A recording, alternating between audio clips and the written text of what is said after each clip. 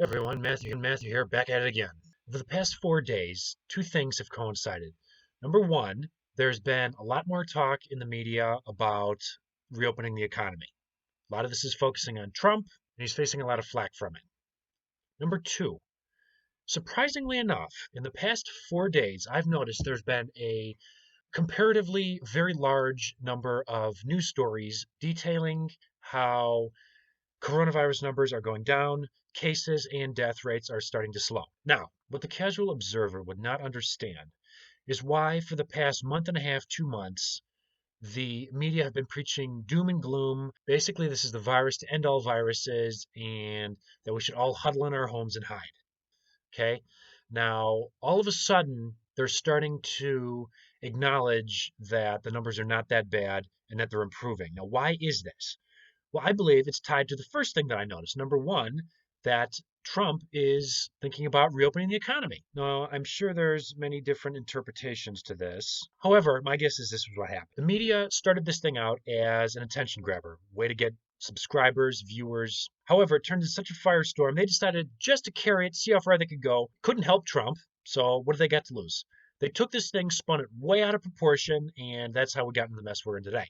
Now, my guess is as soon as they felt their power wane, namely people getting back to a normal lifestyle, where they're not being told where to go, where they can and can't meet friends, what restaurants they can go to, they had to combat the threat. And the only way to do that was finally to tell the truth that the numbers are not that bad and to try to put pressure on Trump again to keep the economy closed. They're saying that social distancing and this other nonsense is starting to work. Their timing is obviously politically motivated. They could not care less about how many people die. All they want to do is make Trump look bad and to control the economy. Item two, the total defunding of the World Health Organization by the United States. President Trump noted that the United States has been disproportionately funding the World Health Organization. For example, according to an article from CNN, so if this is attacking President Trump and I'm citing it, you can take it as gospel. According to President Trump, the United States funds $400 million to $500 million to the World Health Organization each year. He noted that China contributes roughly $40 million, 1/10. Also, according to the article, quote, had the World Health Organization done its job to get medical experts into China to objectively assess the situation on the ground and to call out China's lack of transparency, the outbreak could have been contained at its source with very little death. In essence, he's accusing the World Health Organization of acting slowly in response to the whistleblowers saying that the virus was spreading in China. Okay, that's a valid point to make. President Trump also claims that the World Health Organization decried his travel bans. Travel bans, which coincidentally, as soon as they were introduced, was slammed by Biden as being, quote, hysterical xenophobia.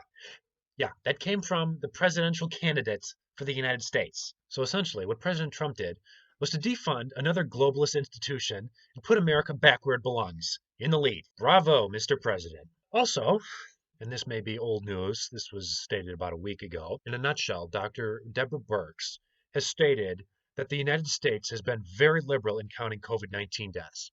She says the fact that in filling out forms for death certificates and things like that, the fact that we have a little checkbox on that form is a good thing because now we can count COVID-19 deaths and we can study them and blah, blah, blah, blah, blah, blah, blah. However, she said that even if someone comes in, for instance, with like a kidney disease and then dies, as long as they have COVID-19, she says those people are being counted. There are other countries that if you had a pre-existing condition, and let's say the virus caused you to go to the ICU and then have a heart or kidney problem, some countries are recording that as a heart issue or a kidney issue and not a COVID-19 death.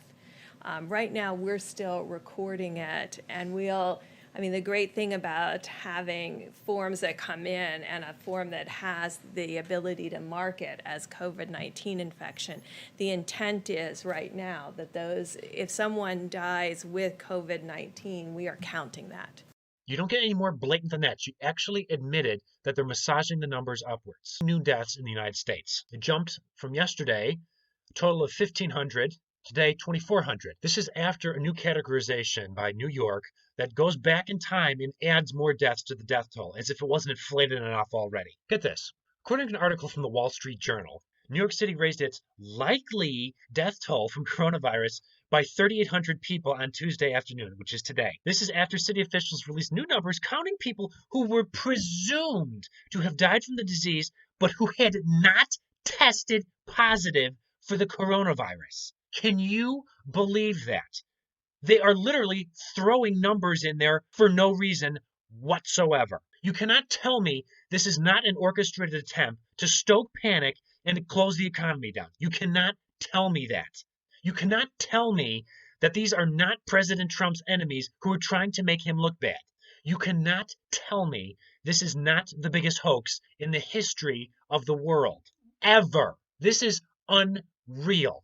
This is something you'd see in a science fiction apocalypse movie, something where the government has complete control of the media and gets people to believe anything that it wants them to, like 1984.